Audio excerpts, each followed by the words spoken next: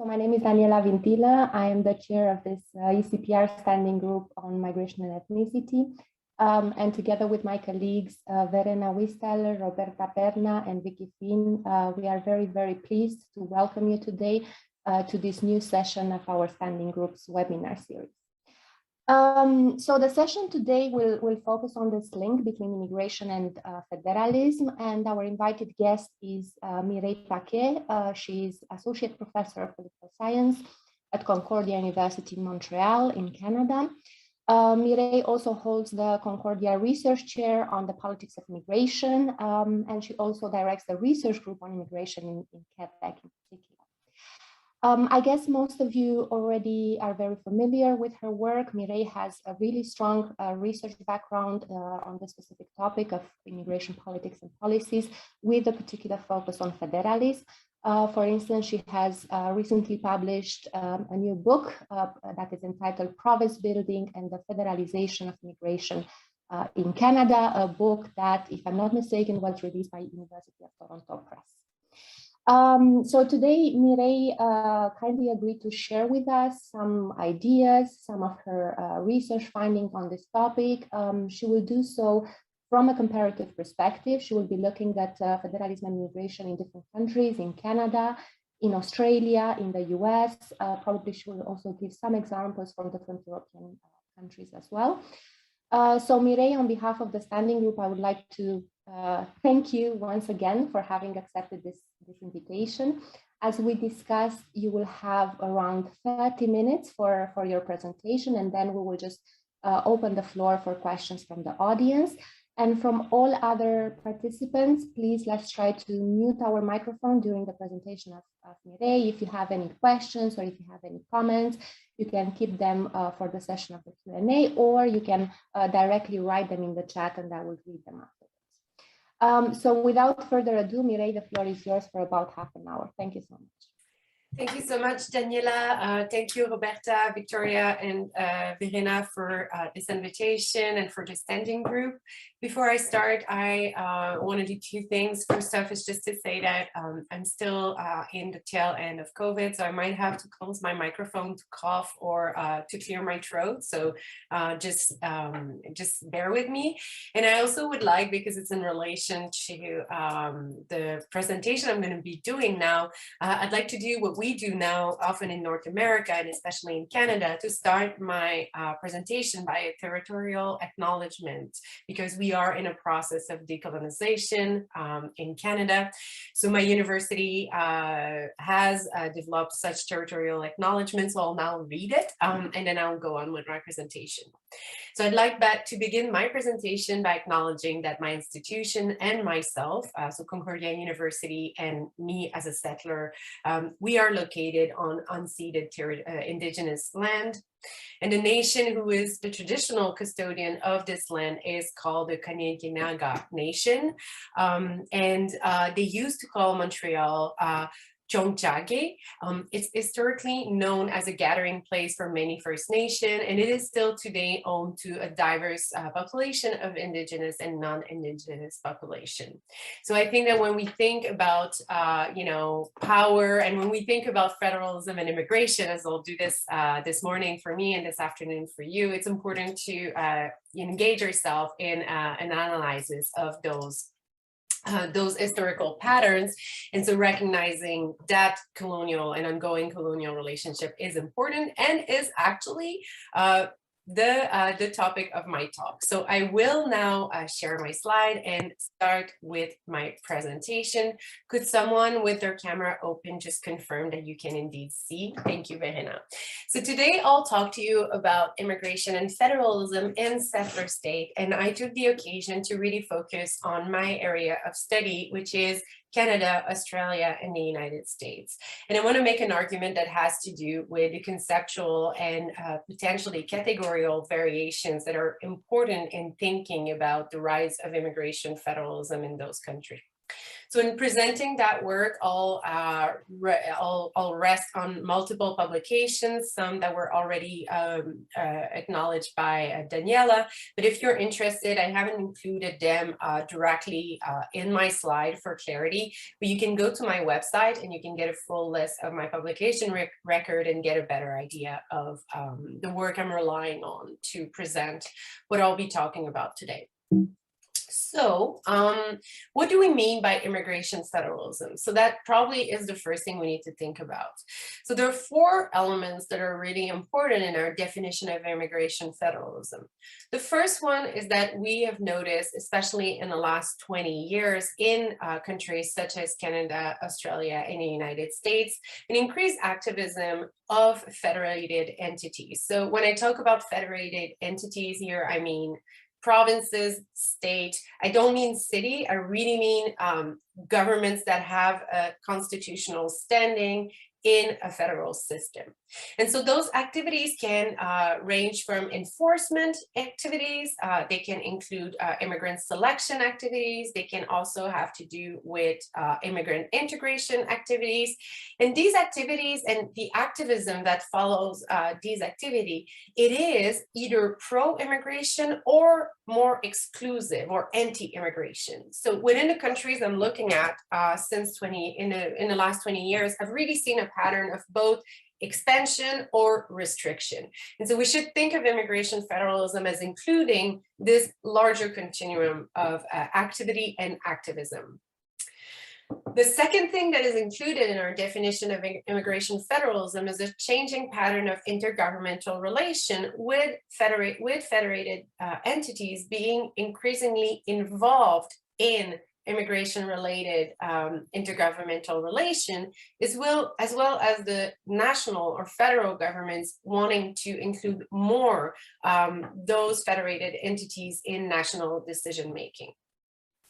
Another thing that is associated with immigration federalism has been policy and institutional innovation in the realm of immigration.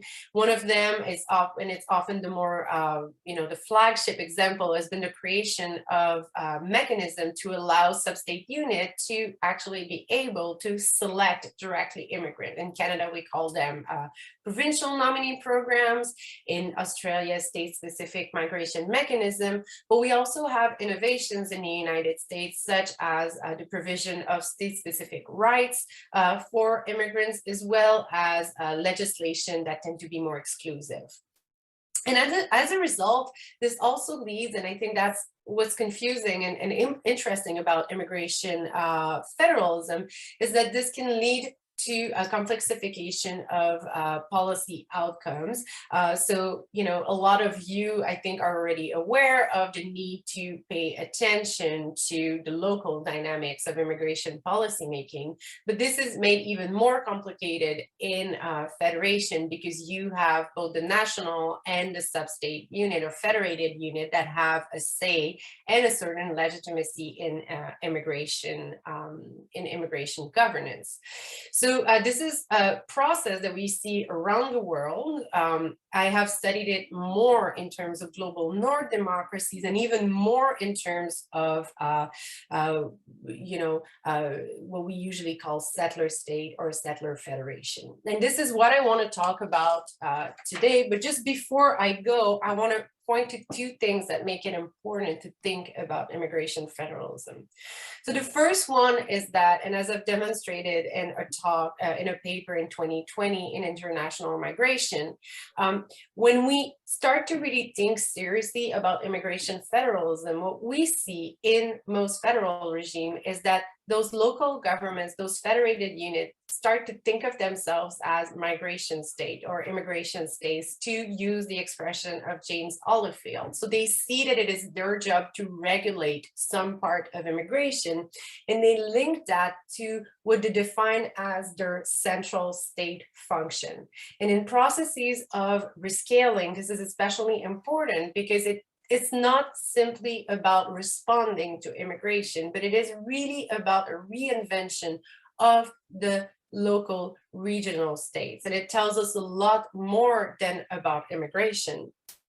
But the second thing is that immigration federalism means that political contests over immigration expand over and beyond what is the sphere of immigration to spill into broader debate about federalism. So that means that they can actually make contests over federalism or federal tension much larger and much more dense. So today, I want to argue that to properly understand this trend of the rise of immigration federalism, we must bring to our analysis a new concept and another concept that the two dominant approach to this question. So, I'm not the first one to talk about immigration federalism. Some people have looked at it from a multi-level governance angle, and I know a lot of European scholars especially have been interested in this question.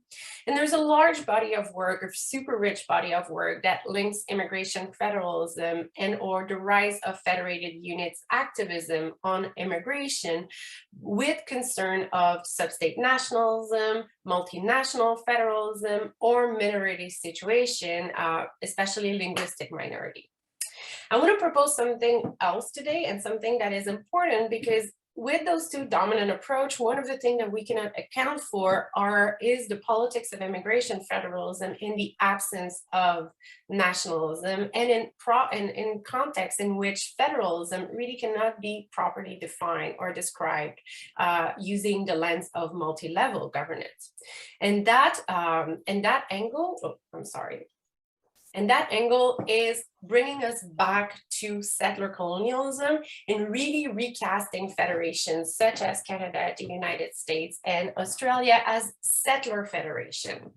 And I want to prove that to properly understand what's going on in those countries and to really expand on our understanding of immigration federalism, we need to think of settler federation as showing distinctive patterns of immigration federalism that affects both the legitimacy of federated unit, the politics of immigration federalism, as well as the outputs of immigration federalism. And in that, I especially want us to think more seriously about the economic or the political economy of immigration federalism in the absence of minority language, in the absence of sub-state nationalism. And so I think that, bringing this category of analysis into our reflection of immigration federalism will actually allow us to deepen comparison between North America, between Australia, and with European concerns. And it will also open new line of research for comparative researchers. Allow me to take just a step back and just to go back to what do I mean by settler colonialism, right? So settler colonialism is a specific brand of colonialism. So, it is the kind of colonialism that we have experienced in Canada, in Australia, in the United States, as well as in New Zealand. It has a lot of features, but I've just highlighted 3 of them on my slide here. So the first one is that, it's based on this idea of discovery and control of, and I use quotation mark, empty territories. So the idea of discovering new continents and populating them.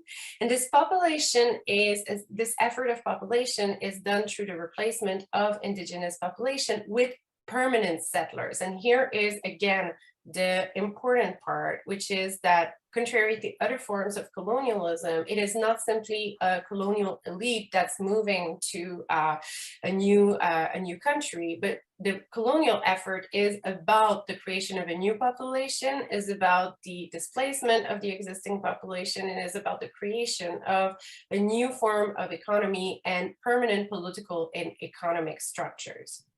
Now, the concept of settler colonialism is often used in immigration scholarship to talk about the difference between what is often conceived as societies of immigration or traditional immigration societies and non-traditional immigration societies, or even to explain multiculturalism and specific brands of national identity that might be more open to immigration.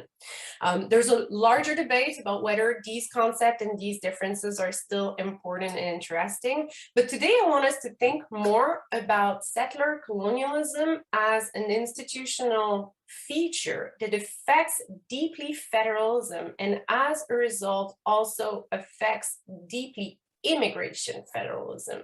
So I don't want to engage in the rich debate about whether there is still a difference between settler states and non-settler states when it comes to immigration outputs. That's a much broader question. But what I think we're missing, and we've missed so far, is to really think about how settler colonialism has generated specific conditions for the emergence of a particular brand of immigration federalism in Canada, Australia, and the United States.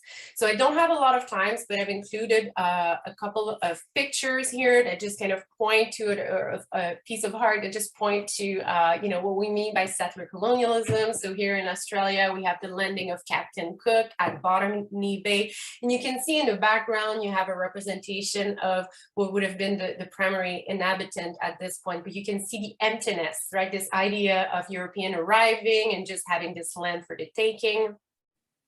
Here, a more contemporary picture, a painting from Kent Monkman, a Canadian painter, talking about the displacement of the Indigenous population. This is a raft of children in First Nations Reserve in Canada.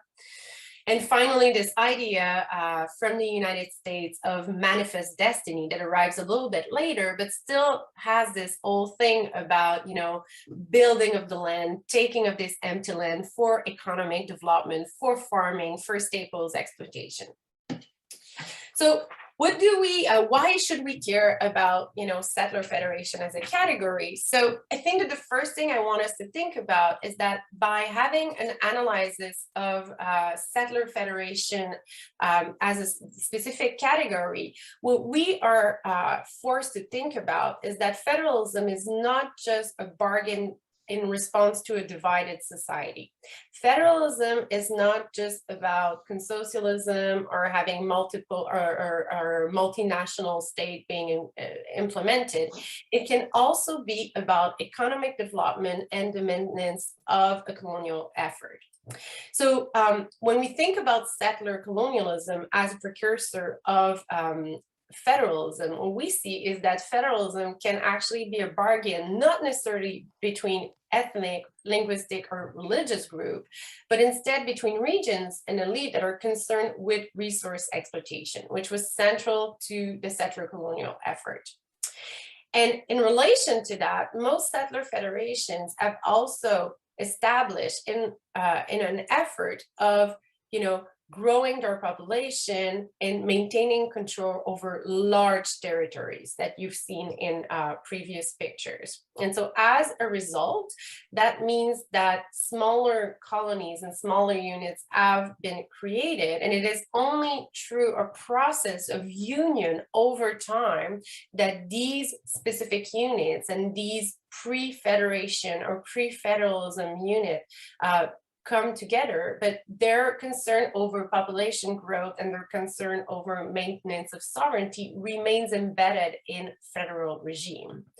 And finally, settler federalism in itself, for various reasons, including logics of colonialism that comes with English empire, have led to specific pattern of institutional development that have given large power to federated units and provided with a considerable amount of decentralization within federal regime.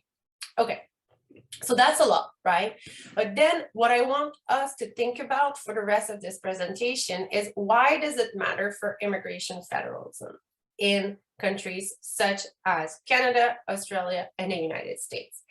I want to propose that there are 3 reasons in which this is important to think about. Okay, and this is important to think about in large part because I've been obsessed and I've been dealing with reviewers for years now who are not necessarily convinced we can think about those federations as larger units where we can compare all the sub-state units because there's so much variation, or they don't also think that we can compare those federations together. And I would argue that there are actually 3 reasons in which we can do, and that these reasons are a result of the trajectory that was started by settler colonialism, and that is so integral to how federalism has been structured as a political economic structure in those countries, as well as a structure that generates population growth, or that is directed to population growth. So the first reason is that settler colonialism, because it is a historical trajectory, it provides legitimacy for federated units' action in immigration. I'll go over these 3 reasons in a minute. The second is that the institutions that are inherited from settler colonialism and its embodiment into federalism generate fertile terrain for the politics of immigration federalism in those countries. And finally, that these historical trajectories and institutions contribute to common patterns in the policy outputs of federated units. Again, here, I don't mean that all of these outputs are the same, but I mean that there are some similarities. Moving on. So the first element is those historical trajectories. So I argue that historical trajectories associated with settler colonialism provide legitimacy that is especially strong for federated units in those countries. Why would I argue that? First off, because the historical reading of how federalism come to be organized in this country rests on the recognition that colonies and regions have been deeply involved in immigration pre-union and pre-federalization. So most of those federations operated as small colonies pre-unions, and central to those colonies was to bring as many people as possible. So we have this trajectory of informal power, and we also have, in the presence of a limited centralized state action, for example, in the United States, real effort at immigration enforcement at the subnational level. On that, I encourage you to read the work by Anna Law, Alexandra Philandra, or Deborah S. Kang, who really document that quite well in the United States. After federation, after the creation of modern federation, what we see is that federated units continue their activities in the immigration sphere, mostly through promotion and recruitment effort, and also by providing access to local and state entitlements. So they become, in effect, substantive citizenship provider.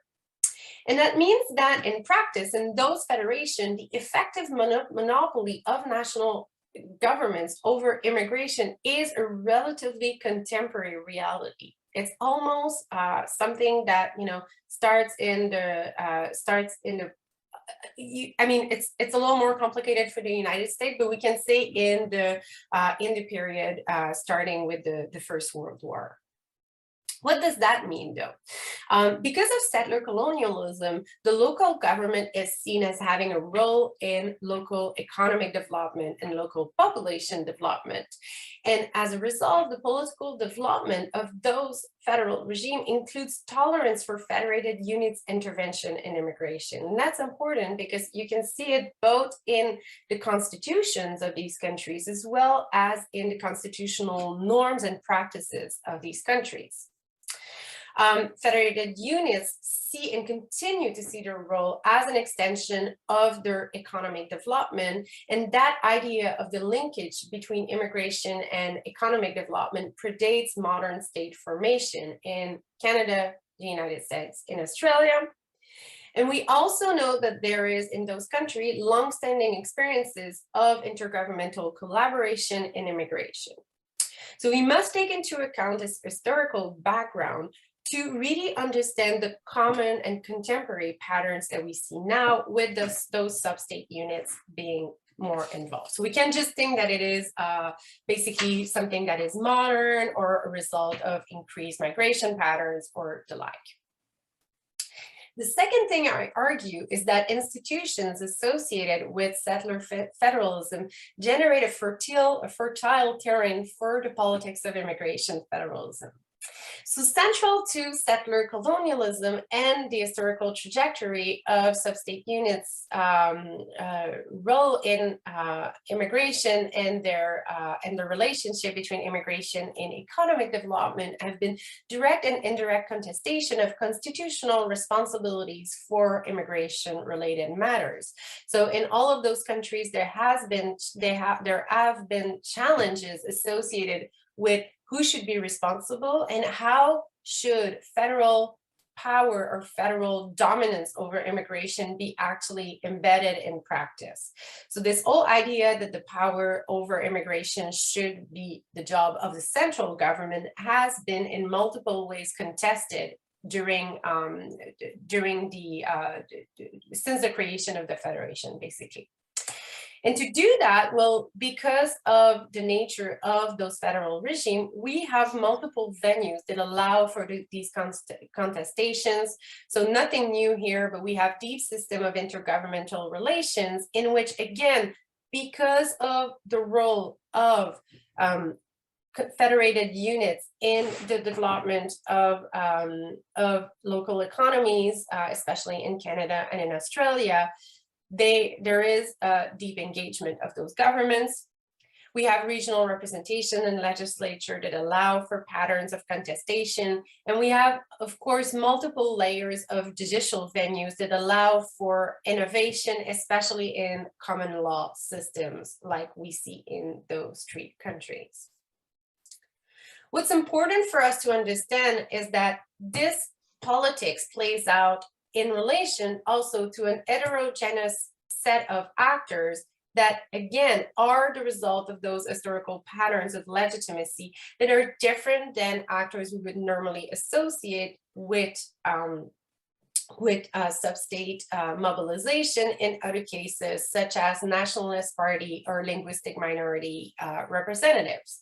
So those actors include economic development and business leaders, some national bureaucracies, mayors and local politicians, remote and have-not regions that actually do not receive immigration, and regionally concentrated immigration groups. And a lot of these actors are actually mobilizing in these multiple venues to get a better recognition of the implication of immigration for the economic development, economic condition, or demographic realities of their units.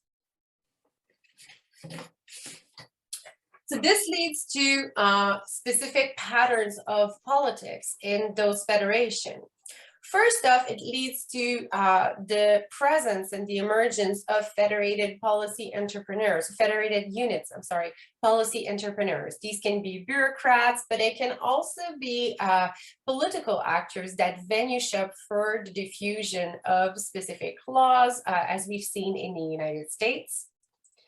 As I've documented in the case of Canada and Australia, part of the politics then also becomes making immigration into a problem of federalism by either arguing that immigration means that principle of federalism will be challenged, including the equality of sub-state units, or challenging the responsibility of the national government when it comes to immigration. And finally, this leads also to a pattern of mobilization for the recognition of sub-state immigration intervention as a pathway for regional economic development. Again, the creation or the fight for the creation of subnational migration states. This politics then leads to the third reason why I think it's important to think about settler colonialism and its embodiment in federalism as important to understand immigration federalism, because these contribute to common patterns in the policy outputs of federated units. And here I don't want to say that, it's the same across these three countries. And I also do not want to say that it's the same within all of these countries.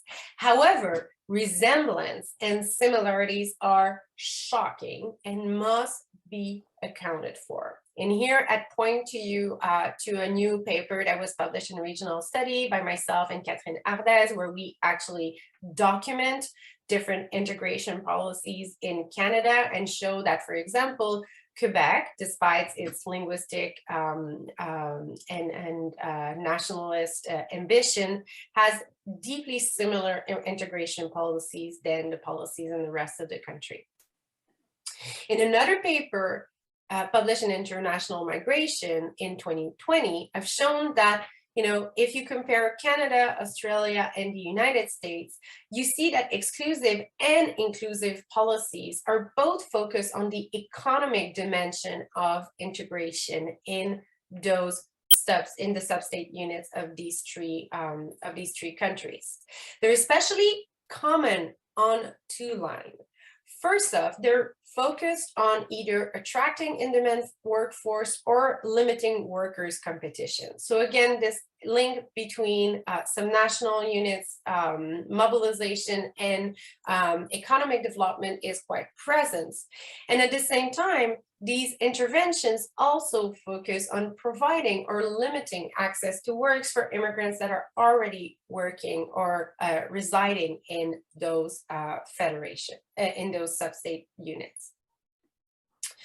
And another type of output has been the creation of discourse aiming at protecting national or regional economic interests from national immigration policies. So this argument, for example, that a region such as, Victoria in Australia is not being served by national immigration, the National Australian Immigration Plan, or in the United States, that lack of border enforcement is actually affecting the local economy of Texas. So I'm going to end here, but I just want to talk about, I think, 3 elements of conclusion related to that. So I argue that we need to think about settler-colonial federation as conceptual categories for the study of immigration federalism, that this helps us understand what's going on in Canada, Australia, and the United States, despite, different and diverging patterns, if you look at them individually. What should you take from this, since this is the ECPR, right? So the first is that historical trajectory mattered for immigration federalism beyond minority language and identities. And, I've made a case for settler federations, but I think that those historical trajectories and how they impact the development of different institutions, as well as the legitimacy of particular set of economic actors, can really help us deepen our understanding of immigration federalism and the dynamics associated with it. And with that, my call today is that we need to invest much more energy in understanding the subnational political economy of immigration in settler states, as well as in European federations, and in local immigration politics scholarship more broadly. I also would leave you with an argument that comparison is possible, but that only if we are serious about recognizing settler federations as categories of interest. So there is this desire to have as many research that compares different regions of the world when it comes to local immigration policy, when it comes to local immigration politics and immigration federalism, but that there is a limit to this comparison, because deep historical trajectories actually make it that, what we even understand to be immigration federalism or local immigration involvement varies from country to country. And finally, I think this, help us, and this, allow us to actually engage our own thinking about local immigration, about immigration federalism, about regional federalism, with the scholarship that is concerned with decolonization and the impact of colonialism on immigration and immigration processes, by looking at some often less theorized institutions that really have an effect on both the lives of the immigrants and the way we talk about immigration. Thank you.